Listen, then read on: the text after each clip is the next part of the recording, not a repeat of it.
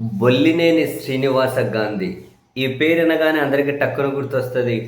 చంద్రబాబు నాయుడు గారికి సన్నిహిత అధికారిగా ఈయన ఉండేవాళ్ళు అని. ఈయన ఈడీలో ఫుల్గా రాజ్యం వెళ్ళినప్పుడు చంద్రబాబు నాయుడు గారి రాజకీయ ప్రత్యర్థులను ఫుల్గా టార్గెట్ చేసుకుంటూ వచ్చారని, జగన్మోహన్ రెడ్డి గారి కేసుల విషయంలో కూడా చాలా అత్యుత్సాహం ప్రదర్శించి వరుస పెట్టి ఆయన ఆస్తులను కనుక సీజ్ చేసుకుంటూ వచ్చారు ఈడీలో ఉన్నప్పుడు అని కథలుగా చాలా విన్నాం. ఆయన మీద సిబిఐ కేసులు ఉన్నాయి, ఈడీ కేసులు ఉన్నాయి. ఎన్ని ఉన్నా కూడా కీలకమైనటువంటి పోస్టింగ్లే పొందుతూ వచ్చారు. ఇదేం మ్యాజిక్లో మనకు అర్థం కాదు సీరియస్లీ.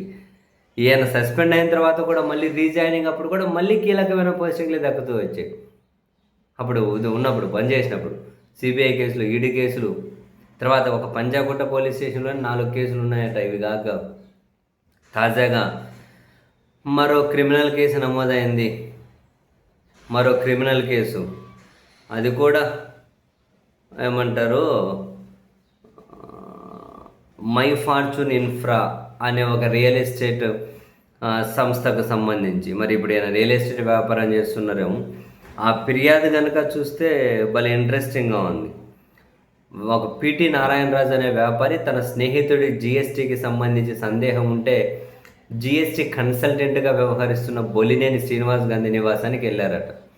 ఆ సమయంలో శ్రీనివాస్ గాంధీ తన నిర్మాణ రంగం యొక్క వివరాలను ఆయనకు నారాయణరాజుకు వివరించి నేను ఏర్పాటు చేయబోయే భాగస్వామ్య సంస్థలో చేరాలని కోరాడట. నిర్మాణ రంగంలో తన అనుభవాన్ని వివరించడంతో నారాయణరాజు అంగీకరించాడట. ఈ క్రమంలో 2021 జూలై 21న కేపీహెచ్పిలోని ఉమామహేశ్వరి ప్లాజాలో మై ఫార్చ్యూన్ ఇన్ఫ్రా పేరిట ఒక సంస్థ ఏర్పాటు చేశారట. ఆ సంస్థలో విజేతకు 9%, రాజ్ కుమార్ 33%, విద్యుల్లత 25%, పిటి రాజశేఖర్ బాబు, నారాయణరాజు 9% చొప్పున, ఇంకెవరు ఎన్ రాజశేఖర్ 15% చొప్పున వాటాలు ఉన్నాయట.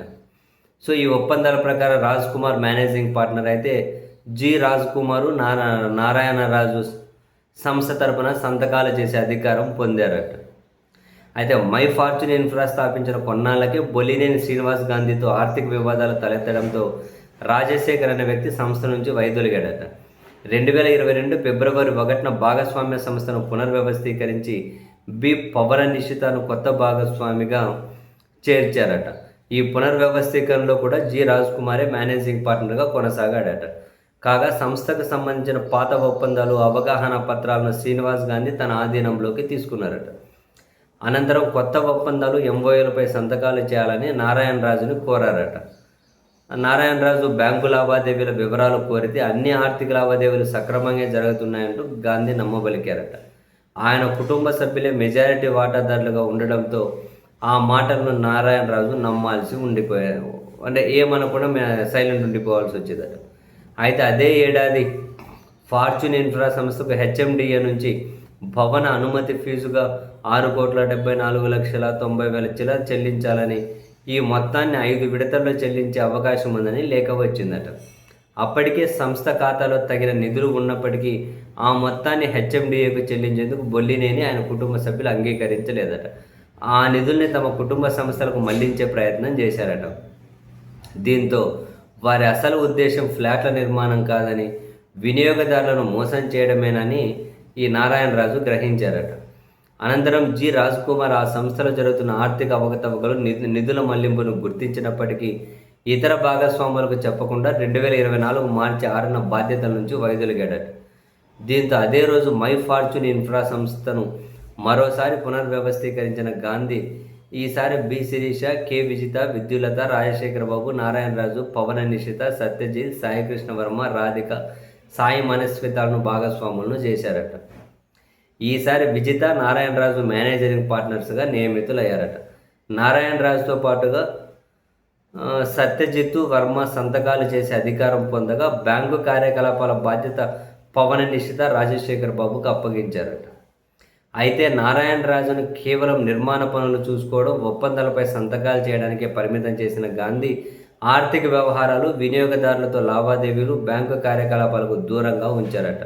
ఆ బాధ్యతను గాంధీ వాళ్ళ కుటుంబ సభ్యులకు అప్పగించారట.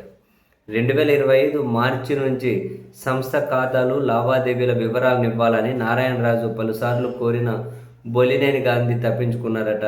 2025 నవంబర్ 16 నుంచి వాట్సాప్ సందేశాలు, ఈమెయిల్ ద్వారా భాగస్వాముల పెట్టుబడులు, వినియోగదారులకు చెల్లించిన మొత్తాలు, కొనుగోలుదారుల వివరాలు ఇవ్వాలని, భాగస్వాముల సమావేశం నిర్వహించాలని పదే పదే కోరినా స్పందించలేదట. అనుమానం వచ్చిన నారాయణరాజు సంస్థ బ్యాంకు స్టేట్మెంట్లు సంపాదించి పరిశీలించారట. 2020-22 మధ్య పెట్టుబడిదారుల నిధులు స్వమంతక ఇన్ఫ్రాకు మళ్లించారని, ఆ శమంతక ప్రొఫైల్ సంస్థకు కూడా భారీ మొత్తాలు బదిలీ చేశారని గుర్తించారట. 2025 డిసెంబర్లో చాలామంది మొత్తం మీద అంటే కొందరు వినియోగదారులు కంపెనీ పేరు లేకుండా చెక్కులు ఇవ్వడంతో పాటు నగదు కూడా చెల్లించినట్లు నారాయణ తెలుసుకున్నారట. గాంధీ ఆయన కుటుంబ సభ్యులు ఆ చెక్కులపై శమంతక ఇన్ఫ్రా పేరు రాసి ఆ ఖాతాలో జమ చేసి ఆ డబ్బును వ్యక్తిగత అవసరాలకు వినియోగించుకున్నట్లు, నగదు మొత్తాలను కూడా కంపెనీ ఖాతాల్లో చూపకుండా వ్యక్తిగత ఆదాయంగా మార్చుకున్నారని నారాయణరాజు ఆయన ఫిర్యాదులో ఆరోపించారు. నారాయణరాజు, ఆయన భార్య, కుమారుడు రాజశేఖర్ బాబు ఈ ఏడాది సంక్రాంతి రోజున శ్రీనివాస్ గాంధీ ఇంటికి వెళ్ళి నిధుల మళ్లింపు దుర్వినియోగంపై ప్రశ్నించారట. అప్పటికే నిధుల మళ్లింపు విషయం దాచిపెట్టిన గాంధీ కొన్ని ఎంఓయూలపై నారాయణరాజు, రాజశేఖర్ బాబుతో సంతకాలు కూడా చేయించారట. దాంతో వినియోగదారులు ఫ్లాట్లు లేదా డబ్బు తిరిగి ఇవ్వాలని వీరిని అడిగే పరిస్థితి వచ్చిందట. బొల్లినేని శ్రీనివాస్ గాంధీతో పాటు ఆయన కుటుంబ సభ్యులు పథకం ప్రకారం తనను ఆర్థికంగా నష్టపరిచారని నారాయణరాజు తన ఫిర్యాదులో పేర్కొన్నారు. బ్యాంకు స్టేట్మెంట్లను పరిశీలించగా వారు భాగస్వామ్య ఒప్పందంలో 70% వాటాదారులుగా చూపించినప్పటికీ ఆ మేరకు పెట్టుబడులు పెట్టలేదని, బదులుగా భారీ మొత్తాలను తమ కుటుంబ సంస్థలకు మళ్లించారు అని ఆరోపించారు. సరే, ఇది మొత్తం చదివితే ఏమర్థమైంది? ఏం ఇన్ఫ్రా అంట? అది మై ఫార్చ్యూన్ ఇన్ఫ్రా అట. మై ఫార్చ్యూన్ ఇన్ఫ్రా దాంట్లో నిధులన్నీ ఎక్కడికో మళ్లించేశారట. ఏదో శమంతగాన దానికి మళ్లించేశారట. శమంతక ఇన్ఫ్రాకు మళ్లించేశారని అంటే ఇదంతా చూస్తే మనకి ఏమర్థమైపోయింది?